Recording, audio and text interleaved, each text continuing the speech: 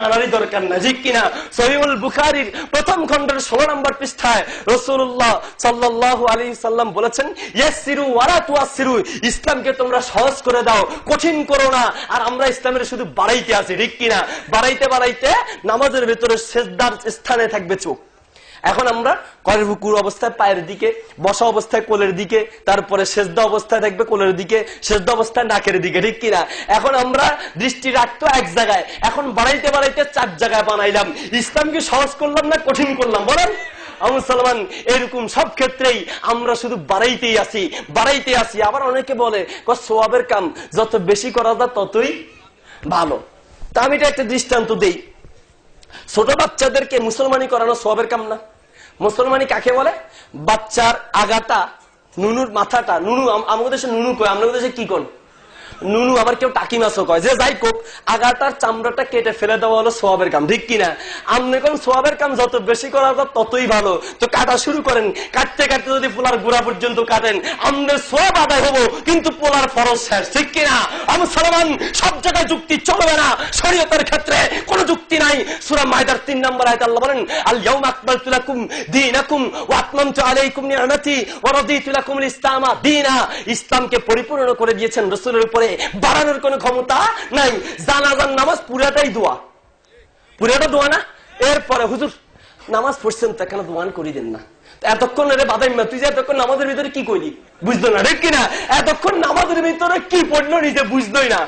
মসজিদের পাশ দিয়ে আসা যাওয়া করে এক হিন্দু এক মুসল্লিকে ডাক দিয়ে বলতেছে, অপারেশন চলে, রাগ করেন কেমন? হুজুরে আই নতুন নতুন কথা বলে, রাগ করেননি? রাগ করলেও বলতে হবে। ডাক্তার যখন অপারেশন করে, রুগীও কান্দে, রুগীর মা বাবাও কান্দে, রুগীর বউও কান্দে, ফোলা ভাইয়াও কান্দে। যদি ডাক্তার চিন্তা করে বাপরে বাপ সবাই মন খারাপ, সবাই রাগ করে, থাক অপারেশন করবো না, তাহলে কি রুগী বাঁচবে নি? অপারেশন সবাই কান্দুক, মন খারাপ হোক, অপারেশন করতেই হবে, ঠিক কিনা?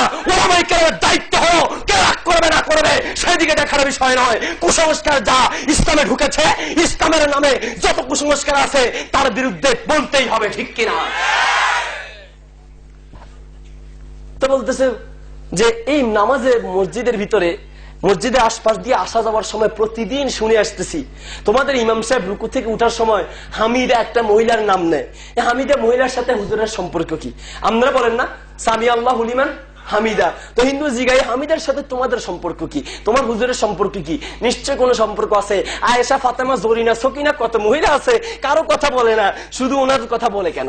ওই মহিলার নাম নাই কেন? মুসল্লি বলে আসলে তো ঠিক, আমগো ঘরে খায়, আমগো টাকা দিয়ে চলে, আমাদের বেতনে হুজুরকে মসজিদে রাখলাম। ওমা আমগো ঘরে কোনো মহিলার নাম না খুঁজা কোন বাড়ির হামিদার কথা কয়? হুজুরের দোষ তো পাইলে আল্লাহ দিলে ছাড়া চাই না, ঠিক কিনা? হুজুরে নিজের বউ নিয়ে হাঁটতেছে, বা দেখছো কত বড় বেয়াদব হুজুর, বউ মাইলা লই আনে, ঠিক কিনা?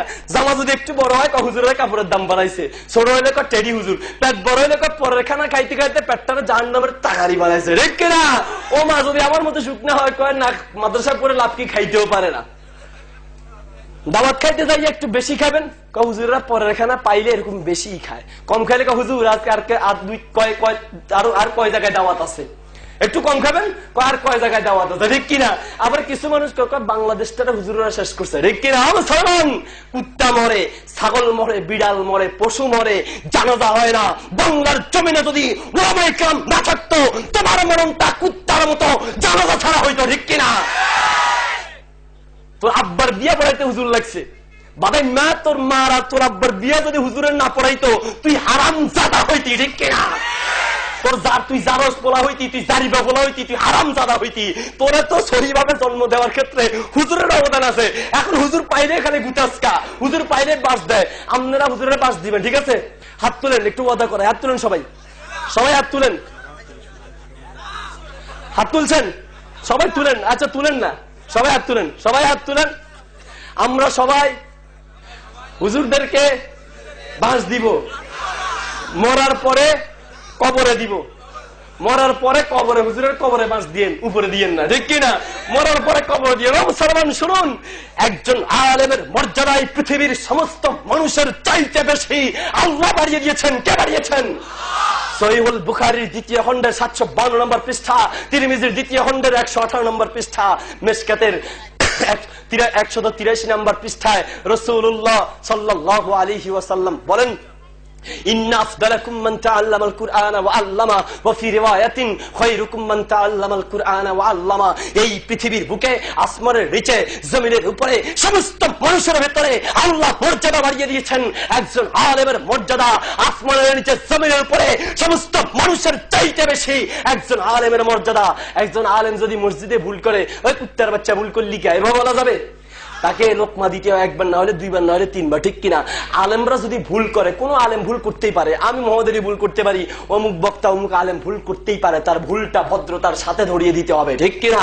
মুসলমান শুনুন, যদি আলেমের সাথে বেয়াদবি করেন, আল্লাহর রাসূল সাল্লাল্লাহু আলাইহি সাল্লাম বলেন সহিহুল বুখারীর 2য় খণ্ডের 963 নম্বর পৃষ্ঠায়, মান আদা দি ওয়ালিয়ান ফাআযিনতুহু বিল হারবি। যে কোনো আলেমের সাথে, যে ব্যক্তি কোনো ওলির সাথে, যে ব্যক্তি কোনো আল্লাহ ওয়ালার সাথে, যে ব্যক্তি কোনো দিনদার আলেম ওলামার সাথে শত্রুতা পোষণ করলো, ওই ব্যক্তির সাথে, ওই ব্যক্তির বিরুদ্ধে যুদ্ধ ঘোষণা করলেন। পৃথিবীর কোনো মন্ত্রী নয়, সারা পৃথিবীর স্রষ্টা মহান আল্লাহ, ওই আল্লাহর বিরুদ্ধে, ওই আল্লাহ তার বিরুদ্ধে যুদ্ধ ঘোষণা করেছেন। সুতরাং আপনাকে আমাকে হুঁশিয়ার থাকতে হবে। আমি বলতে চাচ্ছিলাম, হ্যাঁ, ওই হুজুরকে গিয়ে এবার জিজ্ঞেস করলেন ঘটনা কি, আপনি খালি হামিদা নাম নেন আর কারো নাম পান না। এবার আলেম হুজুর বুঝিয়ে দিলেন আসলে হামিদা কোনো মহিলার নাম না, হামিদা হলো সামিয়া মানে শুনেছেন, আল্লাহ মানে আল্লাহ, লিমান হামিদা, যে প্রশংসা করে, হামিদা মানে হলো প্রশংসা করা। এখন বুঝে না, তো আমরা জানাজার পুরো নামাজটাই দোয়া করলাম, নামাজ শেষে হুজুর দোয়া করেন, তো আপনি কইলেন দোয়া করে ফেলে, আরেকজন হুজুর আপনি দোয়া করেন, আরেকজন হুজুর দোয়া তো করছেন, আবার করেন, আবার করেন, খালি আবার মারেন, আবার মারেন, আবার মারেন, মারতে মারতে কবরের কাছেই থাকেন, বাড়িতে আর আসার দরকার। হুজুর অসুবিধা কি? শরীয়তে নাইয়ারি, তো সমস্যা কি? হাদিসে নাইয়ারি, সাহাবায়ে কেরাম করেন নওয়ারি, তো সমস্যাটা কি? সমস্যা আছে কিনা? আমি বললাম যে 150 লেখেন। একজন আমার বললো যে হুজুর 150 টাকা লিখে দেন। আমি লেখার ক্ষেত্রে একের পর একটা ফোঁটা দিলাম, ছোট্ট একটা দশমিক দিলাম। সমস্যা হয়েছে কি হয়নি? আমরা বললো যে সমস্যা। আমি না, সমস্যা কি? একটা দশমিকে না, একটা দশমিক দিলে মান কমে না বাড়ে? কমে, ঠিক কিনা? মুসলমান 150 টাকার জায়গায় 1 টাকার পর একের পর যদি ছোট্ট একটা দশমিক দেন, যেমন 150 টাকার মান হারিয়ে যায়, ঠিক তেমনি ভাবে শরীয়তের ভিতরে যে ইবাদতটা নাই, যে সওয়াবের কামটা নাই, শরীয়তের ভিতরে নতুন করে করলে আপনার ঈমানের পাওয়ার হারিয়ে যাবে, আপনার আমলের পাওয়ার নষ্ট হয়ে যাবে, ঠিক কিনা?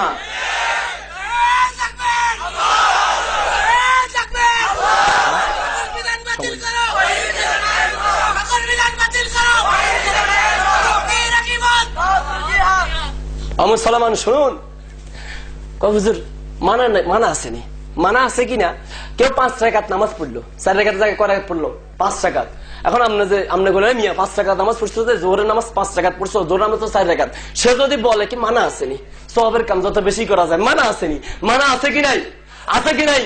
সহিহুল বুখারীর 1ম খণ্ডের 371 নম্বর পৃষ্ঠা, মুসলিম শরীফের 2য় খণ্ডের 77 নম্বর পৃষ্ঠা, মিশকাতের 27 নম্বর পৃষ্ঠায় রাসূলুল্লাহ সাল্লাল্লাহু আলাইহি ওয়াসাল্লাম বলেছেন, মান আহদাসা ফি আমরিনা হাদা মা লাইসা মিনহু ফাহুয়া রাদ্দুন। এই পৃথিবীর বুকে শরীয়তের নামে, সওয়াবের নামে, ইবাদতের নামে যদি কোনো ইবাদত করা হয়, যার কোনো দলিল, যার কোনো ভিত্তি কোরআনে নাই, সহিহ হাদিসের ভিতরে নাই, রাসূল বলেন ফাহুয়া রাদ্দুন, অবশ্যই তাহা পরিত্যাজ্য।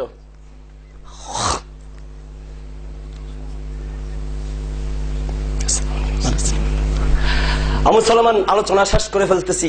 আমি আপনাদের সম্মুখে আলোচনা করেছিলাম বুখারী, সহিহুল বুখারীর 1ম খণ্ডের 18 নম্বর পৃষ্ঠায়, তিরমিজির 2য় খণ্ডের 44 নম্বর পৃষ্ঠা থেকে একটি হাদিস বলেছি, ইন্না মিন আশরাতিস সাআতি আন ইউরফাল ইলমু ওয়া ইয়াসবুতাল জাহলু ওয়া ফি রিওয়ায়াতিন ওয়া ইয়াকসুরাল জাহলু। এই পৃথিবীর বুকে কিয়ামতের পূর্বে ইলম কমে যাবে, মানুষের কাছে কোরআন আর সহিহ হাদিসের জ্ঞান থাকবে না। ওয়া ইয়াসবুতাল জাহলু ওয়া ইয়াকসুরাল জাহলু, মূর্খতা বেড়ে যাবে। ওয়া ইয়াশরাবাল খামরু, এবং কি মদ পান বেড়ে যাবে। তারপরে ওয়া ইয়াজহারাজ জিনা, পৃথিবীর বুকে জিনা বেড়ে যাবে। ওয়া ফি রিওয়ায়াত এই পৃথিবীর বুকে পুরুষ কমে যাবে, মহিলার সংখ্যা বেড়ে যাবে। কথা ঠিক কিনা? পত্রিকার বেপরদা মহিলার সংখ্যা এমন বাড়ছে, পত্রিকার পৃষ্ঠা খুললেই তারা। কথা ঠিক কিনা? খবর শুনতে যাবেন তারা, ওমা মোবাইলের অফিসে ফোন করবেন তারা, কোন অফিসে যাবেন তারা, রাস্তাঘাটে উঠবেন তারা, সিএনজির পিছনে বসার জায়গা নাই তারা। ঠিক কিনা? বাইরেছে তো বাইরেছে, এমন বাইরেছে যে তাদের দিকে তাকানো যায় না। অটাইমে এক মুরব্বি এসে মসজিদে বসে তসবি টিপতেছে। ঘটনা কি? অটাইমে বইসা মসজিদের তসবি টিপো কেন? ঘটনাটা কি? আরে বইলো না এই বিশ্ব ভালোবাসা দিবস নামে একটা দিবস গেছে কিনা? আমি সালমান, এটা বিশ্ব ভালোবাসা দিবস নয়, এটা বিশ্ব বেহায়া দিবস, ঠিক কিনা? আমি সালমান, ওই বিশ্ব বেহায়া দিবসের নামে কিছু বন্ধুরা এসেছে, আমার মেয়ের ফ্রেন্ডরা, বয়ফ্রেন্ড ছিলেন, বয়ফ্রেন্ড হলো বন্ধু, শহরের বন্ধু, গ্রামের বন্ধু শহরে উঠলে বয়ফ্রেন্ড, গ্রামের বউ শহরে উঠলে ওয়াইফ, গ্রামের স্বামী শহরে উঠলে কয় হাজব্যান্ড, গ্রামের বান্ধবী শহরে উঠলে কয় গার্লফ্রেন্ড, ঠিক কিনা? আমাদের নোয়াখালীর এক লোক ঢাকা এসে হালিম খাচ্ছে, তো হালিম দেখতে পায় অনেকটা পান্তা পাতের মতো, তো বলতেছে ওরে আঙ্গুর নোয়াখালীর হালুনি বাপ ঢাকা শহরে উঠে আলিম হয়েছে। আবু সালমান শুনুন, কিছু বয়ফ্রেন্ড এসে আমার মেয়েদের সাথে, আমার মেয়ের সাথে যা ফাইজলামি করতেছে, আমি মুরব্বী মানুষ কেমনে সহ্য করি, এজন্য আমি মসজিদে বসে তসবি টিপতেছি। আবু সালমান, তোমার এই তসবি টিপা তোমাকে জান্নাতে নিতে পারবে না, ঠিক কিনা? তোমার উচিত ছিল ওই শয়তানগুলোকে বের করে তোমার মেয়েটাকে আটকানো। আবার কয় আমাদের দেশে কয় অসুবিধা কি? অসুবিধা কি আছে? বন্ধু বান্ধবীকে আল্লাহ রাসূল সাল্লাল্লাহু আলাইহি ওয়াসাল্লাম বলেছেন কিয়ামতের পূর্বে, আচ্ছা আল্লাহ রাসূল সাল্লাল্লাহু আলাইহি ওয়াসাল্লাম বলেছেন এই পৃথিবীর বুকে কিয়ামতের পূর্বে মানুষ জেনাকে হালাল মনে করবে। কি মনে করবে? জেনাকে হালাল মনে করবে। হিল্লা বিয়া নামে একটা বিয়া আমাদের দেশে আছে কিনা? ও মুসলমান কয় বন্ধু নে তালাক দিয়ে রাখছি রাগের মাথায়, অসুবিধা নাই, তুই রাখ এক রাত রাখি, অপারেশন যা করার করি, পরের দিন দিয়ে দিস, এরপরের দিন আমি আবার নিয়ে নিমু। এরকম লানাল্লাহুল মুহাল্লিলা ওয়াল মুহাল্লালাহু, যারা হিল্লা বিয়া দেয়, যারা করে, প্রত্যেকের উপরে আল্লাহর গজব, ঠিক কিনা? আবু সালমান জেনাকে হালাল মনে করছে, বন্ধু বান্ধবীকে নিয়ে হাত ধরে হাঁটতেছে, বন্ধু বান্ধবীর সাথে ঘুরতেছে, কোনো সমস্যা নাই, পারে, এটা কোনো ব্যাপারই না, ঠিক কিনা? অথচ আল্লাহ বলছেন সূরা আহজাবের 33 নম্বর আয়াতে, ওয়াকারনা ফি বুয়ুতিকুন্না ওয়ালা তাবাররাজনা তাবাররুজাল জাহিলিয়াতিল উলা, জাহিলিয়াতের মহিলারা যেমন নিজেদেরকে প্রদর্শন করে, নিজেদেরকে এমন ভাবে ফুটাইয়া তুলে পরপুরুষের চেহারাকে, চোখকে আকৃষ্ট করার জন্য, আমাদের দেশের মহিলাদের অবস্থা এমনই। আর মা বাপ মুরব্বীরা দেখে কোনো সমস্যা নাই, বন্ধু বান্ধবীকে নিয়ে হাঁটতেই পারে, দেবর ভাবিকে নিয়ে ঘুরে। বলেছেন একটু হারাল, আমি ওই যে সাইদুর বেলদির। হ্যাঁ মুসলমান শুনুন, এই পৃথিবীর বুকে দেবর ভাবিকে নিয়ে ঘুরে, কোনো সমস্যা নেই, ভাবি হলে মার মতো, বলে কিনা? ভাবি মার মতন দেবরকে নিয়ে ঘুরতেই পারে। এই জন্য মাঝে মধ্যে পত্রিকার পৃষ্ঠা খুললে পাওয়া যায় দেবর ভাবিকে নিয়ে টুট গায়া, ঠিক কিনা? ও মা ছেলে তো কোনোদিন মাকে নিয়ে ভাবে না, ভাগে না, দেবর ভাবিকে নিয়ে ভাগে কা। এর কারণ হলো ভাবি কোনোদিন মায়ের মতো হতে পারে। শামসু আর বাচ্চু দুই ভাই, শামসু বড় ভাই, বাচ্চু ছোট ভাই, বিয়া করলো শামসু, আদর পায় বাচ্চু। ঘটনা কি? ঘটনা হলো দেবর কয় স্বামী আমার যেমন তেমন, দেবর হলো মনের মতন। সকিনার জরিনা দুই বোন, দৃষ্টান্ত স্বরূপ বলছি, সকিনা বড় বোন, জরিনার ছোট বোন, বিয়া হইল সকিনার, আদর পায় জরিনা। ঘটনা কি? ঘটনা হইলো দুলাভাই বলতেছে বউ আমার যেমন তেমন, শালি আমার মনের মতন। আমার সালমান শুনুন, সমাজের ভিতরে এরকম চলছে, আপনার মেয়েকে পর্দায় রাখার জন্য নামাজ যেমন ফরজ, রোজা ফরজ, হজ ফরজ, যাকাত ফরজ, আপনার মেয়েকে, আপনার স্ত্রীকে পর্দায় রাখাও তেমনি ফরজ। আপনার স্ত্রীকে, আপনার মেয়েকে যদি আপনি পর্দায় না রাখেন, কিয়ামতের ময়দানে আল্লাহর সামনে দাঁড়াতে হবে। আমি আলোচনা শেষ করে ফেলছি। সূরা যুকরুফে 68, 69, 70 নম্বর আয়াতের ভিতরে আল্লাহ বলেছেন এই পৃথিবীর বুকে মানুষ জান্নাতে যাইতে হলে কি করতে হবে, এর সহজ একটা উপায় বলেছেন। আমি এতক্ষণ যে আলোচনা করেছি বুঝাতে চেয়েছি, অন্ধ অনুসরণ করা যাবে না। দুনিয়া যেদিকে চলতেছে, সমাজের লোকেরা চলতেছে, সমাজের লোকেরা করতেছে, এই জন্য আমি করতেছি, সমাজের দোহাই দিয়ে, বাপদাদাদের দোহাই দিয়ে। আবার কেউ কেউ হুজুরেরা করছে, আমাকে বাবা না বলছে, ওরে বাপরে এত বড় বক্তা, এত বড় একটা হুজুরে বলছে, তাহলে আর কোনো কথা আছে কিনা? আমি সালমান শুনুন, একটা হাদিস শোনাচ্ছি, আবু দাউদের 2য় খণ্ডের 604 এবং 5 নম্বর পৃষ্ঠা একটা হাদিস রয়েছে। আলী রাদিয়াল্লাহু তাআলার সামনে দিয়ে একটা পাগলিকে ধরে নিয়ে যাওয়া হচ্ছিল। আলী রাদিয়াল্লাহু জিজ্ঞেস করলেন ঘটনা কি, কেন নেওয়া হচ্ছে? তখন বলা হলো যে এই পাগলিটা অন্যায় করেছে, তার পেট বড় হয়েছে, জেনা করেছে, তাকে জেনার শাস্তি দেওয়া হবে। ওই মুহূর্তের ভেতরে ওমর রাদিয়াল্লাহু তাআলা আনহুর কাছে আলী রাদিয়াল্লাহু তাআলা গেলেন, গিয়ে বললেন ইয়া আমিরুল মুমিনিন আমা আলিমতা, হে আমিরুল মুমিনিন আপনি কি জানেন না রুফিয়াল কলামু আন সালাসাতিন, 3 জন ব্যক্তির উপরে শরীয়তের কোনো বিধান কার্যকর করা যাবে না, শরীয়তের কোনো বিচার কার্যকর করা যাবে না। আনি নাইমি হাত্তা ইয়াস্তাইকিযা, কোন ঘুমন্ত ব্যক্তির উপরে ঘুমের ভিতরে কোনো অন্যায় করলে এটার শাস্তি নাই। ওয়ানিস সাবি হাত্তা ইয়াহতালিমা, এবং কোন শিশু যদি অন্যায় করে তার শাস্তি নাই।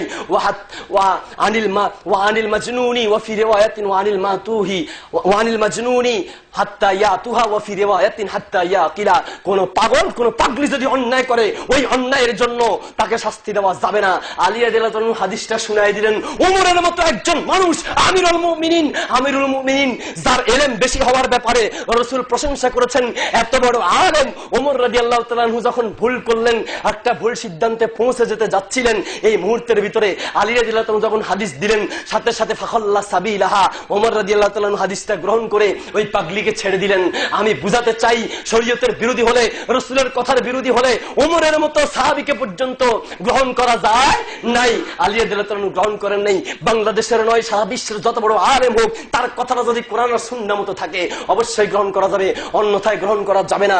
আমার উপরে অনুরোধ করা হয়েছে আপনাদের জন্য, আপনাদের কাছে কিছু আবদার করার জন্য।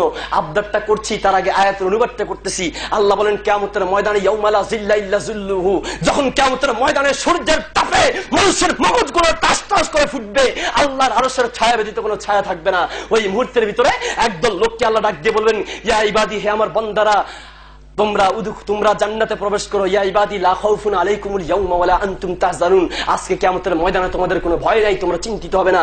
আল্লাযীনা আমানু বিআয়াতিনা, যারা আমার কোরআনের প্রতি ঈমান এনেছিলে, ওয়া কানু মুসলিমিন, আর যারা মুসলমান ছিলে, উদখুলুল জান্নাতা, তোমরা জান্নাতে প্রবেশ করো। আমি বুঝাতে চেয়েছি অন্ধ অনুসরণ করা যাবে না, কোরআন আর সুন্নাহর ভিতরে যাই আছে তাই অনুসরণ করতে হবে।